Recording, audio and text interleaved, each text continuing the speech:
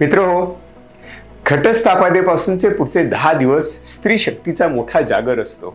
स्त्रीची देवी म्हणून आपण पूजा करत असतो आणि स्त्रीला अनेक रूपात पाहत असतो. आई म्हणून, बहीण म्हणून, वहिनी म्हणून, मैत्रीण म्हणून, पत्नी म्हणून, जाऊ म्हणून अनेक रूपातनं आपल्याला स्त्री भेटत असते. पण स्त्रीला खरं समजून घ्यायचं असेल ना, तर स्त्रीकडे फक्त माणूस म्हणून बघायला आलं पाहिजे.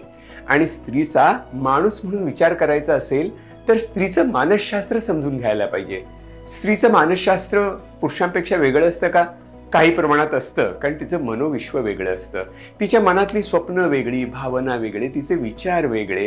ते कसे असतात, का असतात, कसे निर्माण होतात आणि ती सगळ्यांना कसं सांभाळून घेते याचा अभ्यास करायला हवा. याच्यासाठी लवकरच जॉईन करा स्त्रियांचं मानसशास्त्र हा आमचा प्रोग्राम. आणि महत्वाची गोष्ट, तुमच्या आयुष्यातली महत्वाची स्त्री कोणीही असो, जिच्याविषयी तुम्हाला कृतज्ञता वाटते, अपार प्रेम वाटतं, करुणा वाटते, तिचा आणि तुमचा एक फोटो पाठवून द्या आणि 2 ओळीत माहिती द्या की हा फोटो तुम्ही का निवडलात. वाट पाहतोय आम्ही.